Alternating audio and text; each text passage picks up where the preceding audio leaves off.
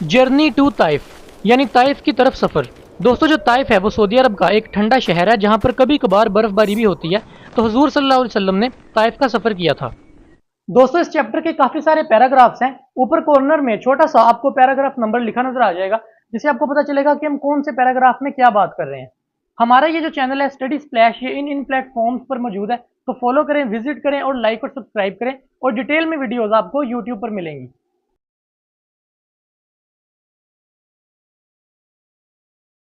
دوستو یہ جو سفر ہے حضور صلی اللہ علیہ وسلم کا طائف کی طرف، یہ سفر نہ صرف اسلامی تاریخ بلکہ پوری انسانی تاریخ میں ایک بڑا منفرد مقام رکھتا ہے۔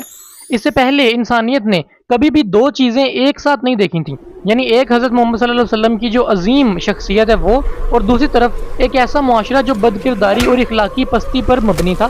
یہ دونوں چیزیں ایک ساتھ انسانیت نے کبھی نہیں دیکھی تھیں۔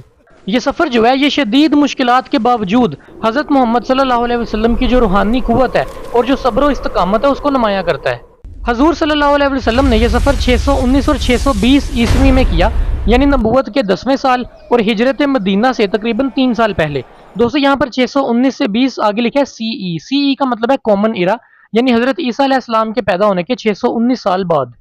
دوستو یہ جو سال تھے یہ آپ صلی اللہ علیہ وسلم کی زندگی کے نہایت اہم اور بڑے نازک سال تھے، کیونکہ آپ صلی اللہ علیہ وسلم کے جو دونوں بڑے چاہنے والے تھے، ایک حضرت ابو طالب جو آپ کے چچا تھے اور دوسری حضرت خدیجہ رضی اللہ عنہا جو کہ آپ کی بیوی تھیں، وہ دونوں وفات پا چکے تھے۔ جو قریش مکہ تھے انہوں نے آپ صلی اللہ علیہ وسلم اور جو آپ صلی اللہ علیہ وسلم کے جو صحابہ کرام تھے ان پر بہت زیادہ ظلم و ستم کیے، ان کا سوشل بائیکاٹ کیا، ان کا محاصرہ کیا اور انہیں معاشی پابندیوں میں جکڑ دیا اور ہر ممکن سختی کی ان پہ، جس سے آپ کا مکہ میں رہنا تقریباً ناممکن ہو گیا تھا۔ ایسے حالات میں اللہ تعالیٰ کا پیغام لوگوں تک پہنچانے کے لیے آپ صلی اللہ علیہ وسلم کو شدید ضرورت تھی روحانی سکون کی، تسلی کی اور اخلاقی حمایت کی۔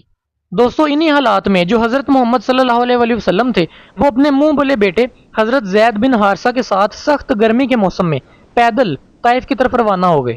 حضرت محمد صلی اللہ علیہ وسلم مکہ اور طائف کے درمیان مختلف قبیلوں کو دعوت دیتے ہوئے پیدل طائف پہنچ گئے۔ دوستو طائف میں بنو ثقیف آباد تھے، یہ ایک قبیلے کا نام ہے بنو ثقیف۔ وہاں کی سرسبز اور خوشگوار آب و ہوا نے انہیں مغرور بنا دیا تھا۔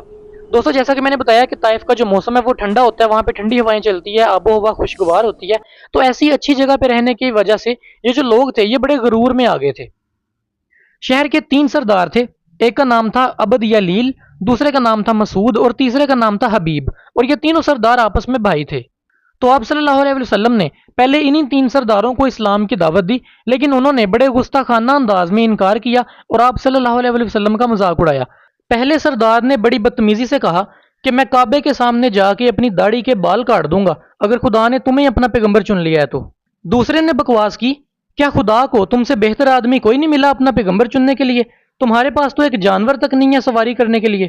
دوستو یہ جو میں لفظ استعمال کر رہا ہوں بدتمیزی اور بکواس وغیرہ، یہ میرے پڑھانے کا طریقہ نہیں ہے، بلکہ یہ لفظ آپ کی کتاب میں لکھے ہوئے ہیں، میں ان کی اردو ٹرانسلیشن کر رہا ہوں۔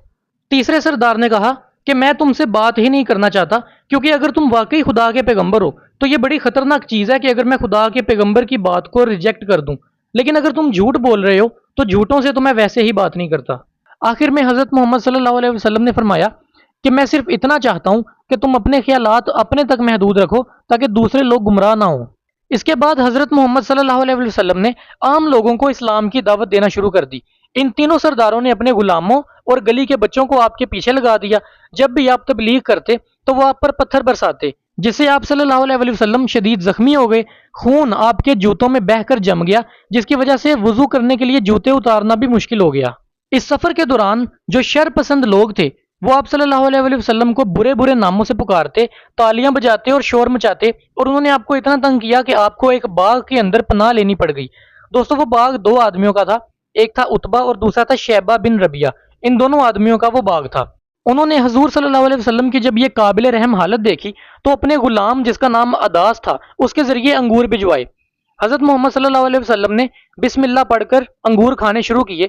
اس پر عداس یہ الفاظ سن کر بڑا حیران ہوا اور اس نے کہا کہ یہاں کے لوگ تو یہ الفاظ استعمال نہیں کرتے۔ اس پر حضرت محمد صلی اللہ علیہ وسلم نے اس سے اس کے وطن اور مذہب کے بارے میں پوچھا۔ عداس نے بتایا کہ وہ عیسائی ہے اور وہ اصل میں ایک جگہ ہے ننیوا، وہاں کا رہنے والا ہے۔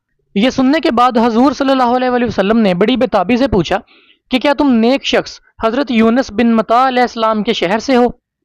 تو عداس نے حیران ہو کر پوچھا، آپ حضرت یونس بن متا علیہ السلام کو کیسے جانتے ہیں؟ آپ صلی اللہ علیہ وآلہ وسلم نے فرمایا کہ وہ میرے بھائی ہیں، وہ بھی اللہ کے رسول تھے اور میں بھی اللہ کا رسول ہوں۔ یہ سن کر عداس اپنے جذبات پر قابو نہ رکھ سکا اور آپ صلی اللہ علیہ وسلم کے سر کو، ہاتھوں کو اور پاؤں کو چومنے لگا۔ جو اتبا اور شیبہ ہیں، یعنی جو دونوں باغ کے مالک ہیں، وہ دور کھڑے یہ منظر دیکھ رہے تھے اور انہوں نے یہ دیکھ کر کہا کہ لگتا ہے ہمارا غلام ہمارے ہاتھ سے نکل گیا ہے۔ جب عداس واپس آیا تو انہوں نے اسے ڈانٹتے ہوئے کہا کہ تم نے اس شخص کے ہاتھ، پاؤں اور سر کو کیوں چوما؟ تو عداس نے جواب دیا، آج روئے زمین پر ان سے بہتر انسان اور کوئی نہیں ہے۔ انہوں نے مجھے ایسی بات بتائی ہے جو صرف ایک اللہ کا رسول ہی جان سکتا ہے۔ اس پر انہوں نے عداس کو ملامت کی اور اپنے پرانے مذہب پر قائم رہنے کی تلقین کی۔ دوستو، ایک موقع پر طائف میں تبلیغ کے دوران حضور صلی اللہ علیہ وسلم پر اتنے زیادہ پتھر برسائے گئے کہ آپ بے ہوش ہو گئے۔ جو حضرت زید بن حارثہ تھے، انہوں نے آپ کو اپنی کمر پر اٹھایا اور شہر سے باہر لے گئے اور آپ کے چہرے پر پانی چھڑکا یہاں تک کہ آپ کو ہوش آ گیا۔ اگرچہ طائف میں اتنی زیادہ تکالیف کے باوجود بھی ایک بھی شخص مسلمان نہ ہوا، پھر بھی آپ صلی اللہ علیہ وسلم کا دل اللہ تعالیٰ کی عظمت اور محبت سے بھرا رہا۔ آپ صلی اللہ علیہ وسلم نے اللہ تعالیٰ سے اس طرح دعا کی، اے اللہ، میں اپنی کمزوری، بے بسی اور لوگوں کی نگاہ میں اپنی بے قدری کی شکایت آپ کے حضور کرتا ہوں۔ آپ سب سے زیادہ رحم کرنے والے ہیں، آپ کمزوروں کے رب ہیں اور آپ میرے بھی رب ہیں۔ تو آپ نے مجھے کن کے حوالے کر دیا ہے؟ کسی اجنبی کے جو مجھ پر سختی کرے، یا کسی دشمن کے جسے آپ نے اختیار دے دیا ہے میرے اوپر؟ اگر تو آپ مجھ سے ناراض نہیں ہیں تو مجھے کسی بھی تکلیف کی کوئی پرواہ نہیں ہے، لیکن آپ کی عافیت میرے لیے زیادہ وسیع اور بہتر ہے۔ میں آپ کے نور کی پناہ مانگتا ہوں جس سے ہر اندھیرا دور ہو جاتا ہے اور دنیا اور آخرت کے تمام معاملات درست ہو جاتے ہیں، کہ مجھ پر آپ کا غضب نہ نازل ہو اور نہ آپ کی ناراضی۔ میں آپ کو راضی کرنے کی کوشش کرتا رہوں گا اور نیکی کرنے اور برائی سے بچنے کی طاقت صرف آپ کی ہی عطا سے ہے۔ آپ صلی اللہ علیہ وآلہ وسلم کی اس دردناک حالت سے زمین و آسمان بھی متاثر ہوئے اور حضرت جبرائیل علیہ السلام پہاڑ کے فرشتے کے ساتھ حاضر ہوئے، یعنی ایسا فرشتہ جس کے قبضے میں پہاڑ وغیرہ ہوتے ہیں، اس کو لے کر اپنے ساتھ حاضر ہوئے اور اجازت طلب کی کہ دونوں پہاڑوں کو الٹ کر طائف والوں کو ہلاک کر دیں۔ لیکن حضرت محمد صلی اللہ علیہ وسلم نے، جو رحمت، شفقت اور بردباری کا نمونہ تھے، انہوں نے بدلہ لینے کی بجائے معاف کرنا پسند کیا اور فرمایا، نہیں، بلکہ مجھے امید ہے کہ اللہ تعالیٰ ان کی آنے والی نسلوں میں ایسے لوگ پیدا کرے گا جو صرف ایک اللہ کی عبادت کریں گے اور اس کے ساتھ کسی اور کو شریک نہیں ٹھہرائیں گے۔ یہ آپ نے کہا۔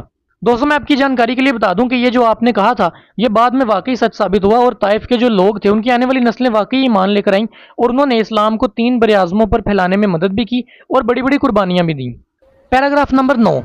طائف کے لوگ جہالت اور غرور میں اندھے ہو کر یہ نہ سمجھ سکے کہ توحید کے پیغام کو رد کر کے اور رسول اللہ صلی اللہ علیہ وآلہ وسلم پر ظلم کر کے وہ اللہ کی رحمت اور برکت سے محروم ہو رہے ہیں۔ اس کے برعکس چند ہی سال بعد مدینہ کے جو لوگ ہیں انہوں نے پیغام کو قبول کیا، رسول اللہ صلی اللہ علیہ وسلم کو اور صحابہ کرام کو پناہ دی اور اس کے نتیجے میں دنیا اور آخرت دونوں میں کامیابی حاصل کی۔ اب اس کے کوسچن آنسرز کرتے ہیں۔ میں سولڈ کوسچن اسکرین پہ دکھاؤں گا، آپ روک کر یا اسکرین شاٹ لے کر آرام سے پڑھ لیں۔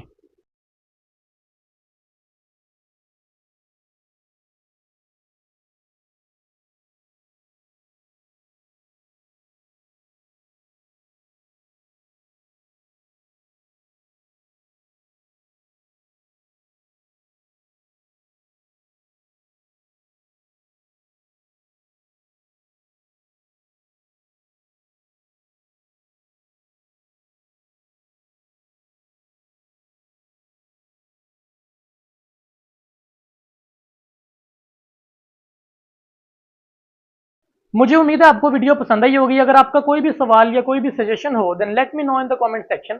تو ملتے ہیں اگلی ویڈیو میں۔